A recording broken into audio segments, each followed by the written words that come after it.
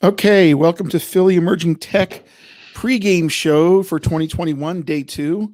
I'm Ken Rimple. To John Kapadia. And with us today, we have Ryan Bergman. He is a speaker for ETE, speaking today at 2:45, I believe. Yep. And so, Ryan, let's start off just by kind of introducing you. So give us an idea of who you are and what you do.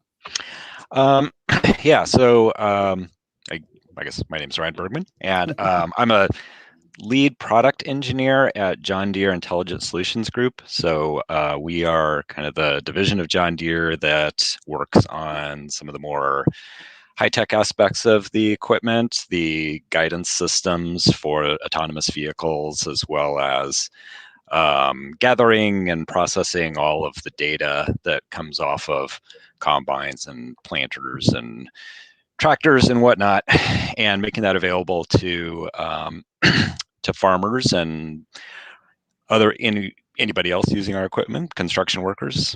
And so I kind of oversee a lot of different semi-random things on our data platform, which is where all the data is, many petabytes. And my talk is really about, we have, along with a lot of people, gone through a transition of moving a lot of our stuff to the cloud because we simply couldn't host our own data center that could deal with the amount of data and processing that we required, not without investing a lot of money. And so, we've been in the process of moving this stuff out to the cloud. And so the talk is really about some of that and about some of how we have transitioned our data and gone through various different transformations of how we process data and how we do that and doing all of this without taking down production and keeping customers being able to access all of their data.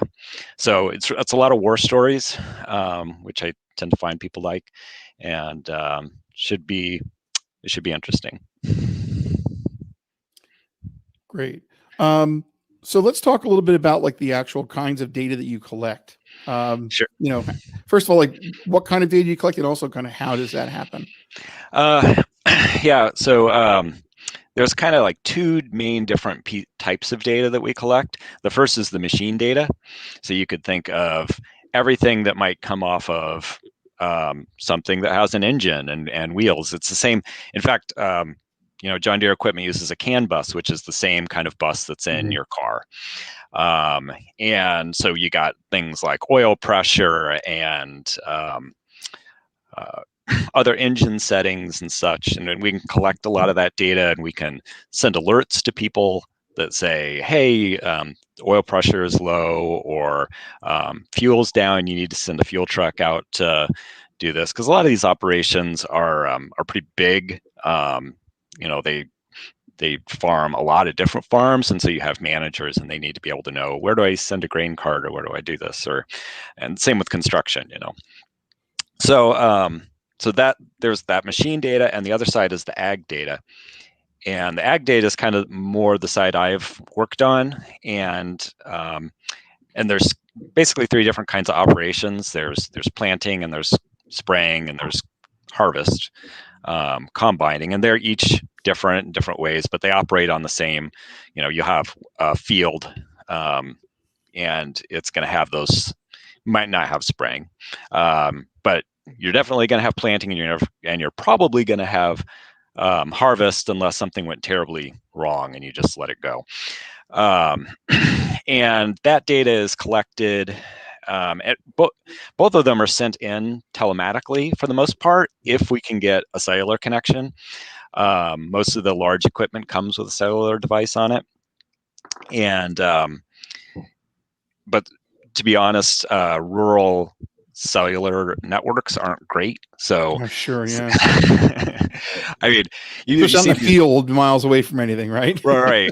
You see these maps from Verizon and AT&T, and it looks like all of America is covered, but let me tell you.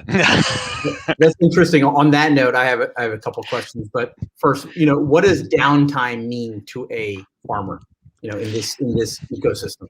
Good question. Well, yeah, the to a farmer, I don't know. You know, their usage pattern within our systems is, you know, our systems are the kind of thing they're in every single day, right? They're not, for the most part, most of your average farmers, but there are lots of operations that run pretty heavy, and they have, you know, especially the dealers and who might need to be servicing hundreds or thousands of different customers. So to them, it's five nines, right? It's like we need to be up all the time, and we're a global company, and so we have this stuff going on all over the world. So we take the downtime pretty seriously. Sure.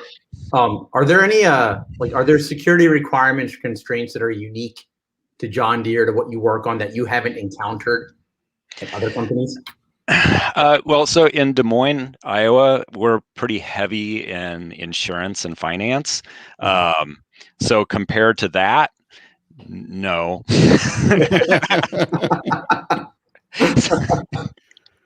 I didn't know that about Des Moines. Yeah. Oh, yeah. We've got. I think we go back and forth with Hartford, Connecticut, is like the insurance capital of the United States or something like that. I don't know what it is about Des Moines, but we have boatloads of insurance companies. But we do take the security quite seriously. I mean, a farmer's agronomic data, their harvest data, is essentially financial information. You could, you know, and if you were able to get a hold of that, you can make predictions on markets and stuff. But so it's not regulated in the same way that banks are, except for, of course, the division of John Deere that is in fact a bank, because we have a finance division. But oh, sure, yeah, so right.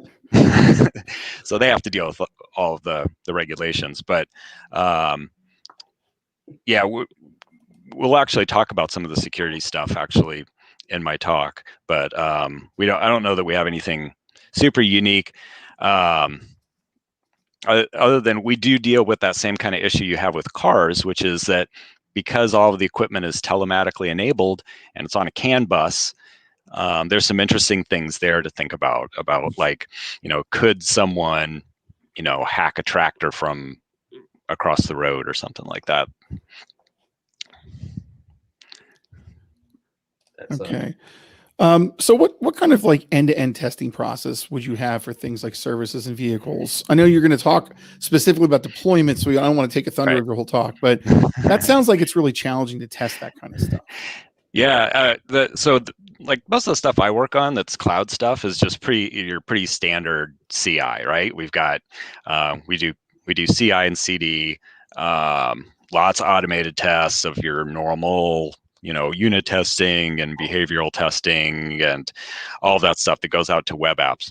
The equipment side is actually really interesting because what we essentially wind up doing is we take all of the electronics for a piece of equipment like a combine. We take all the sensors and all of the electronics, and we basically put it in a gigantic Nintendo cartridge. So you can think of it like as a board, and it's, you can't see my arms, but it's big, right? Yeah. It's like a big box, and it has all of the electronics built into it. So essentially we have a tractor without the tractor. And we have a lab where we have simulators where we have just the cabs of the tractors. And then there is a series of these giant cartridges, and there's a rolling bus underneath it. And so when we do work on, say, the displays or the software that gets embedded in a tractor, you know, CI will actually kick that stuff off when we'll run simulations against all of the real electronics and make it think that it's doing a harvest operation, or make it think that it's doing a planting operation. And you'll see this thing, the bus like goes underneath it, and it like pops up, and we connect into all of the hardware, and then we run models through all of the actual hardware to get to the software to test it. And we do that automatically all day long. There's stuff going on there. And then we also have a farm that's about 20 miles outside of town. Maybe not quite that far, 10 miles outside of town. And we actually run all the equipment for real out there, which is really important when you're talking about autonomous vehicles that are driving themselves.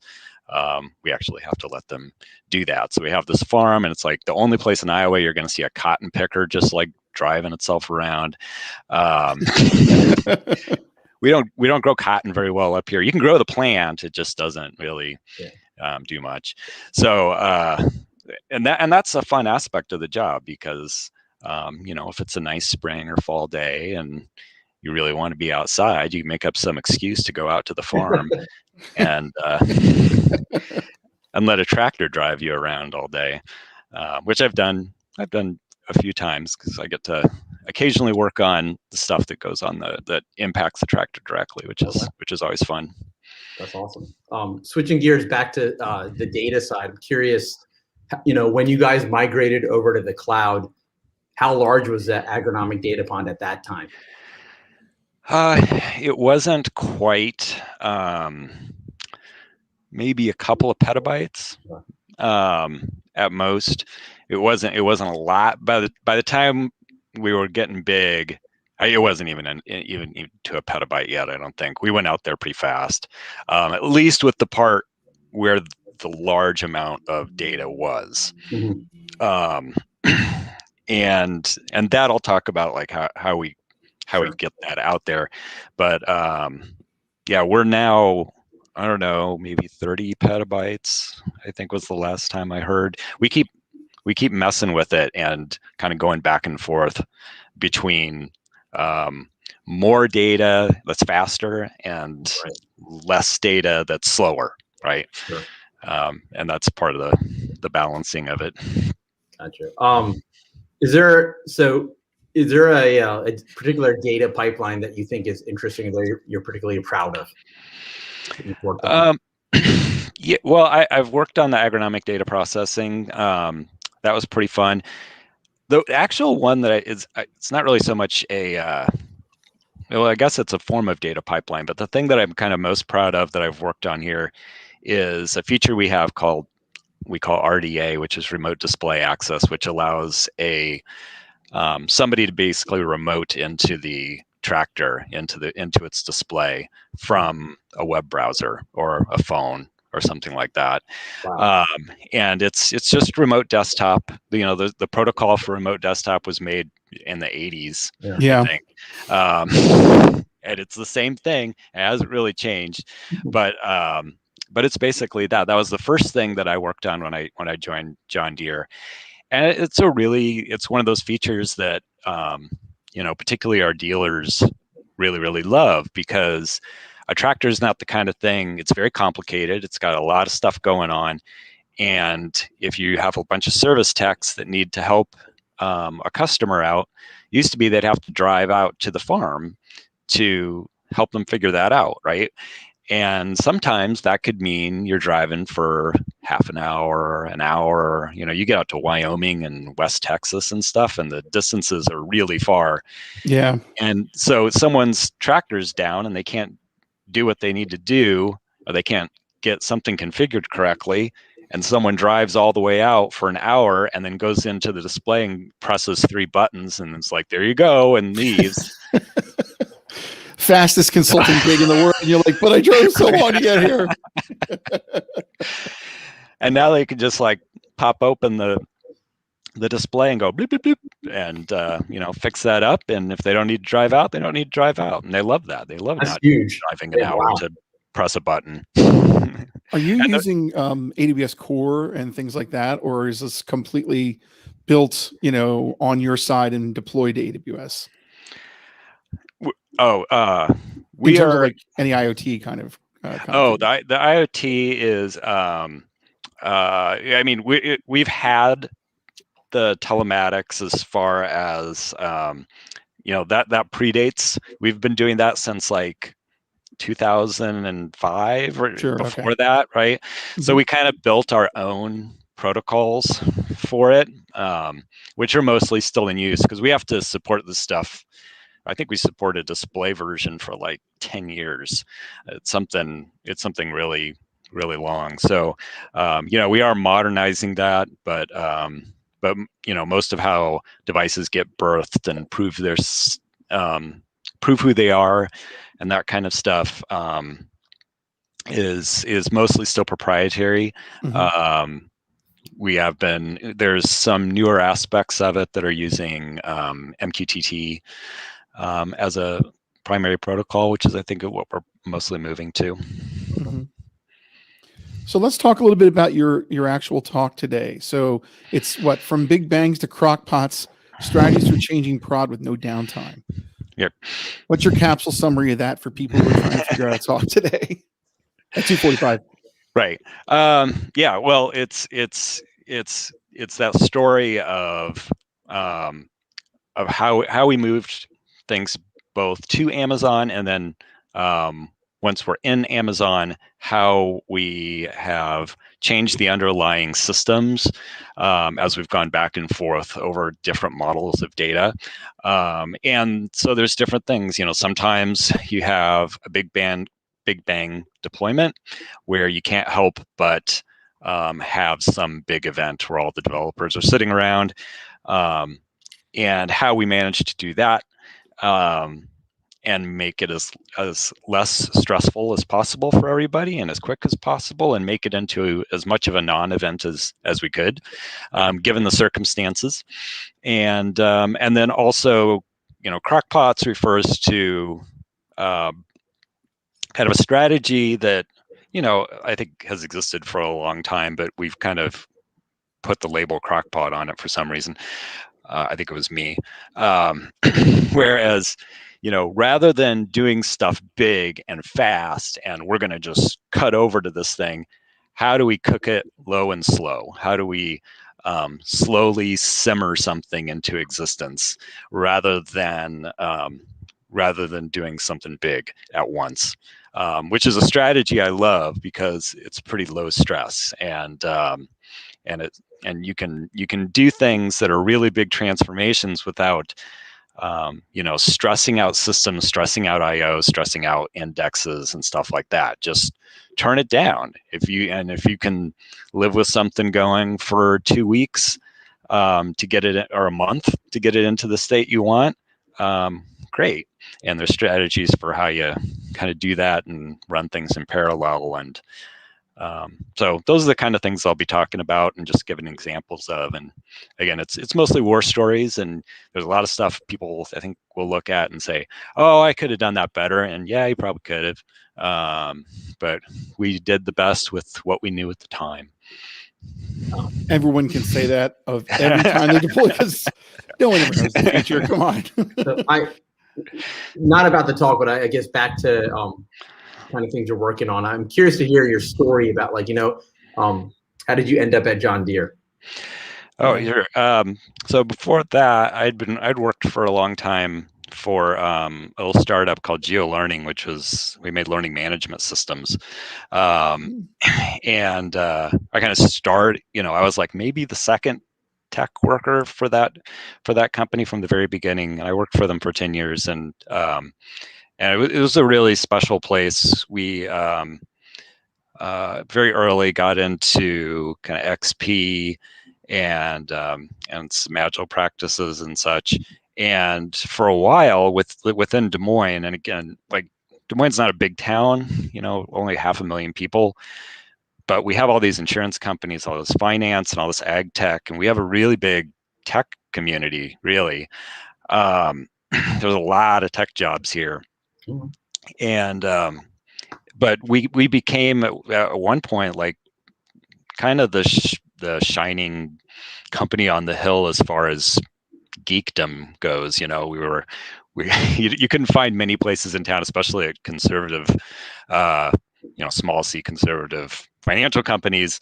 Yeah. With all the regulation, and we're here doing pair programming and have all these monitors and coolness going on. And what happened was that industry has been in a consolidating, right? People buying, and it's just been kind of rolling up. And one of our goals was to either acquire or be acquired, and we got a good offer. And so the company got sold, And it was one of those situations where we had great culture and great values before the acquisition, and the new company that bought us didn't necessarily share those values. And over a course of 6 months, we all quit. Almost all of the engineers left.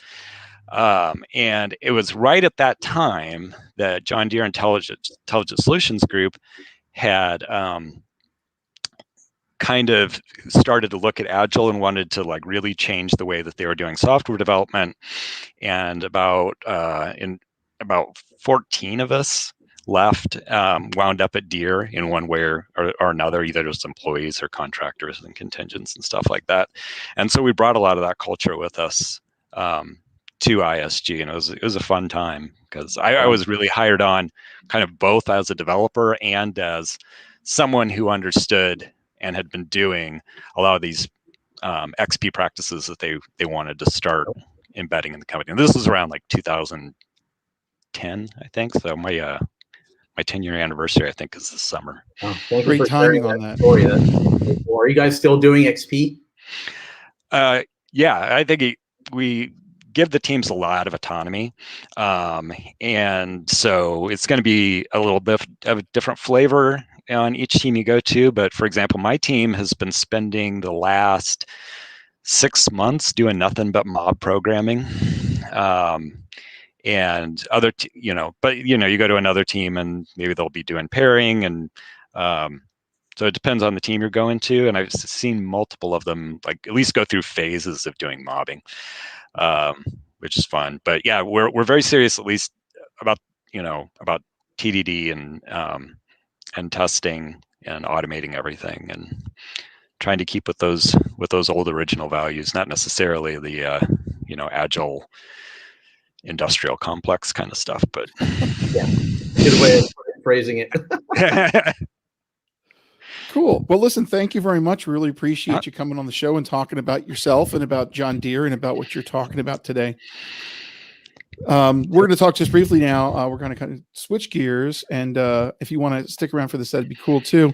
About sure. Day one. Yeah, about day one. So, we had a great opening day for ETE this year, starting with Alan Kay, which is an amazing keynote. We had a lot of comments about how open and available he was. He stayed along and answered questions himself directly in the chat for like over an hour. Yeah, which I thought was great. He's like, give me more questions. It was just amazing that if you have a chance, look through the message history. If you weren't in the conversation yesterday on the hallway, I believe, or room A rather, right? Yeah, either hallway or room A. And actually today we created a keynote channel, so we'll be able to use that as well. Yeah, exactly. So any talks that you want to talk about, anybody? I went to, let's see, which ones did I go to? I went to the, where's my notes here? So I went to Secure by Design, which, we interviewed those guys earlier in the day, that day, and that was a really interesting talk. Daniel Spivak talk, and the Q&A afterwards was mind-blowing. Yeah, we got some notes in the Slack channel about that too. He was just it's like a talk within a talk, was all his commentary and being very open about things, which I thought was really cool. Journey to the Center of the JVM, that was great. And then the space of developer productivity was the other one I wanted to get to just see like how people are approaching metrics in developer productivity, and how most organizations just purely focus on the quantity, or like, what's the cadence, and don't look at all the other angles and the things that might, interrupt productivity. Like, if someone comes and schedules 5 meetings, basically your whole day is done as a developer. And I thought the communication in that talk was really good too. Anybody else? Yeah, you kind of covered the ones I saw. Alan, of course. And I did enjoy Dr. Forsgren's talk.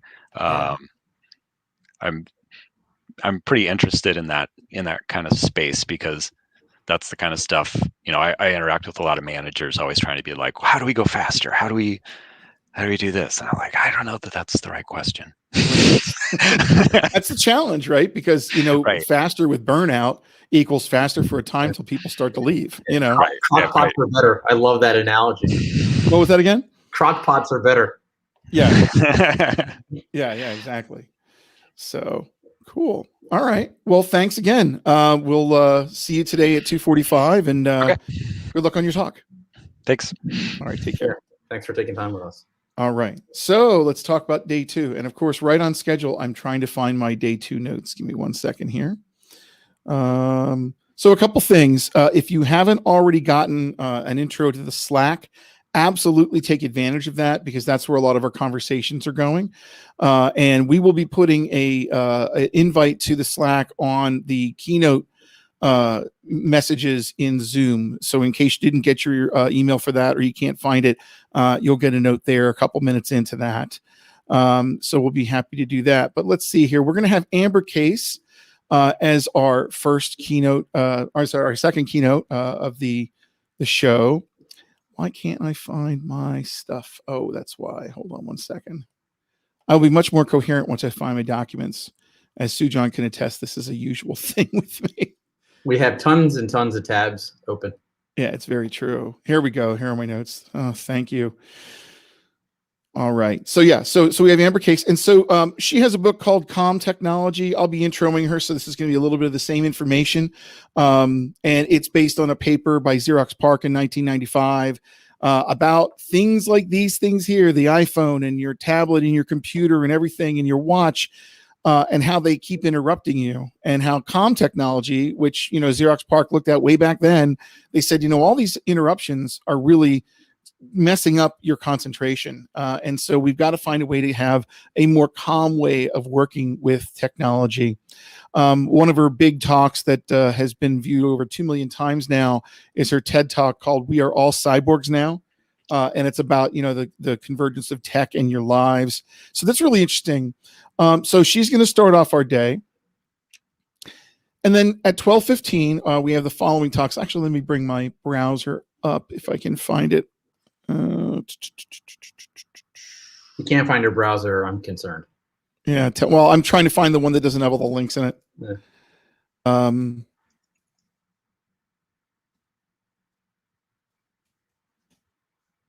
There we go. I can do this now. Let me share it. And so then we have Adam Tornhill is our first talk. Let me just get my tab. I'm really not together this morning, I'll tell you. There we go. Share. The title of this talk, prioritizing technical debt as if time and money matters. Yeah, exactly. All right. As Screen if. one. As if. Yep. Mm-hmm.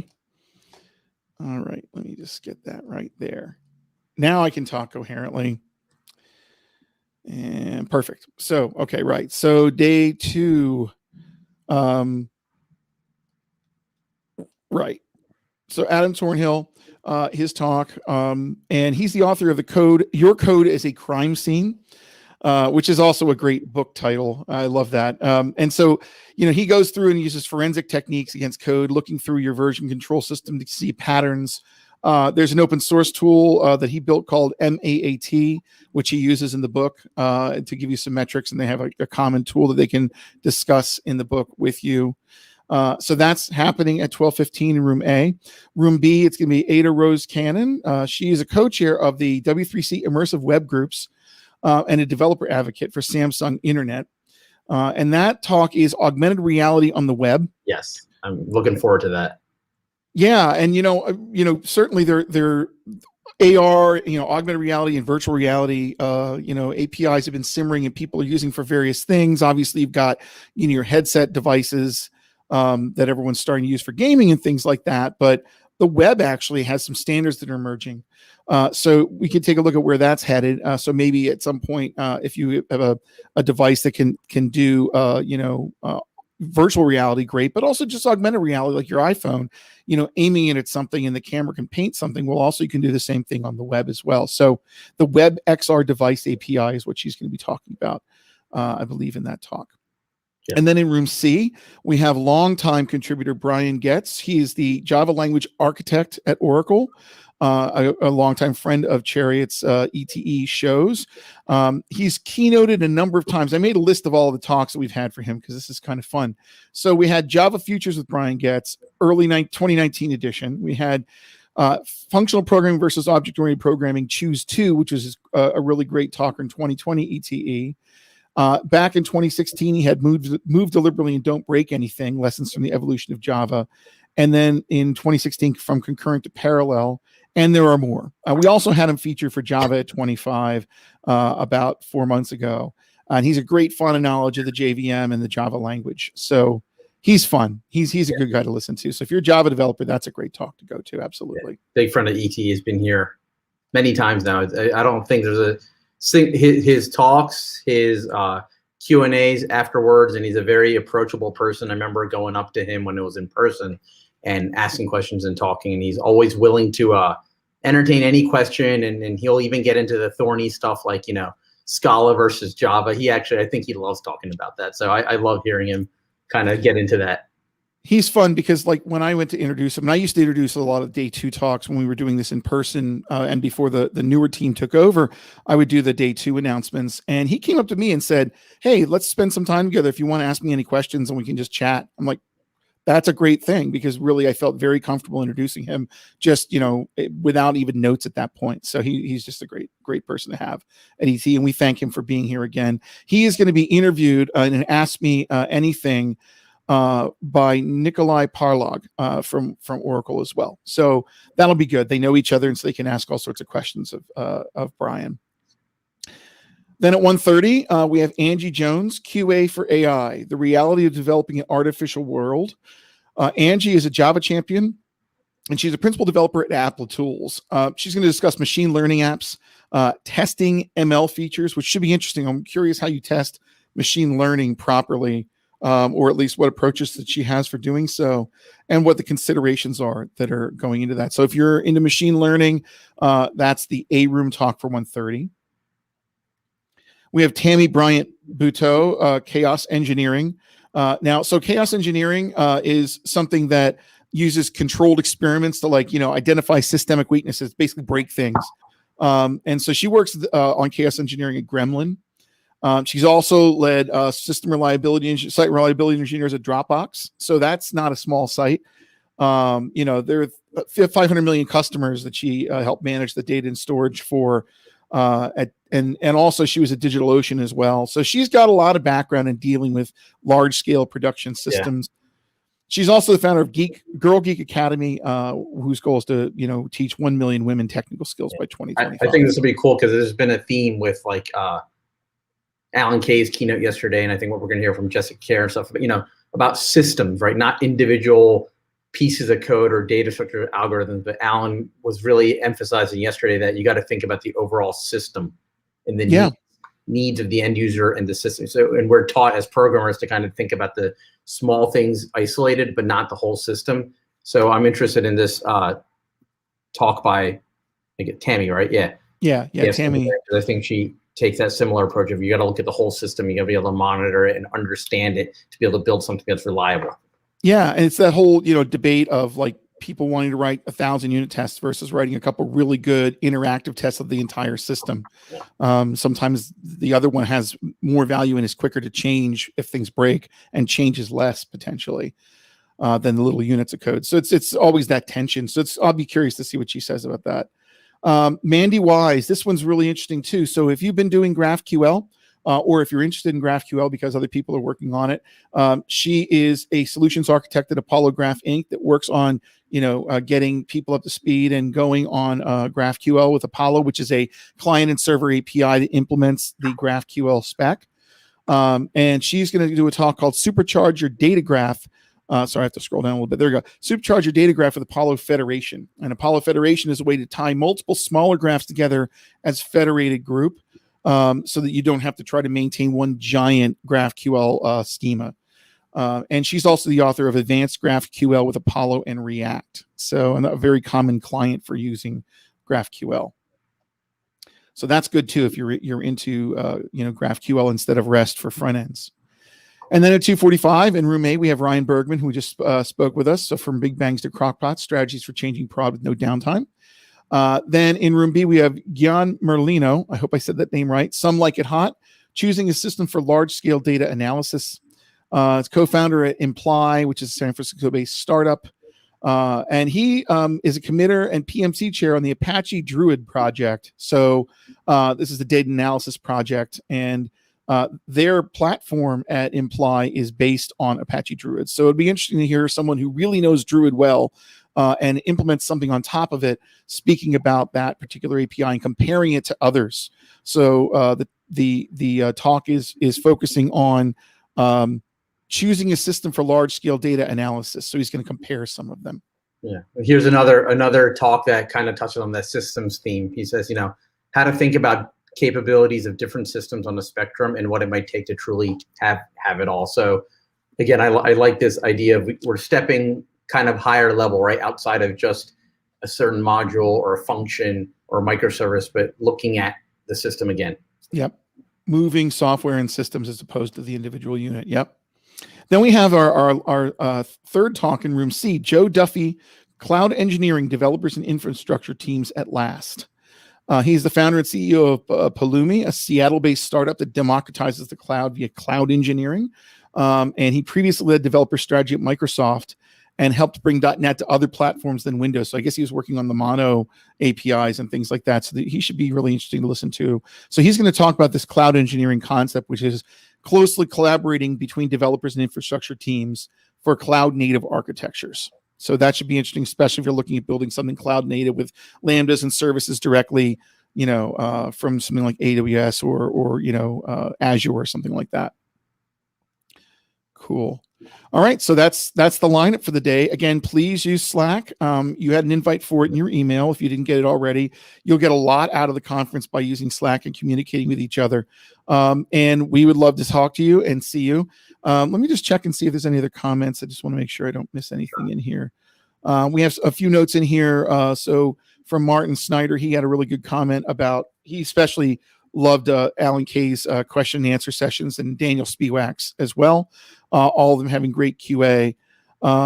Gary Seiling also liked the pregame show discussion. Thank you very much for that. And he actually grew up in a farming area, so it's fun for him to hear about the world being connected to technology like that. And also Steve McLaughlin from Chariot. Alan Kay was so awesome. I'm not sure how you guys got him, but what a get. Props. We were also wondering that when we got him. So we had someone who had a good connection with him. And I think just, I honestly think it's the track record of 15 years plus of ETE, which really, it's not just us, it's everyone who's ever participated that we really appreciate, including everyone who comes. And hopefully next year we'll all be in person again to really enjoy this together. Okay, so that's it for today. We will see you tomorrow for the day 3 pregame show. So for Chariot, I'm Ken. I'm Srijan Kapadia. Make sure you join the Keynote channel so you can ask questions about the Keynote today and afterwards Q&A. So yep. Thanks for joining. Thank you, guys. Thanks, folks. Bye.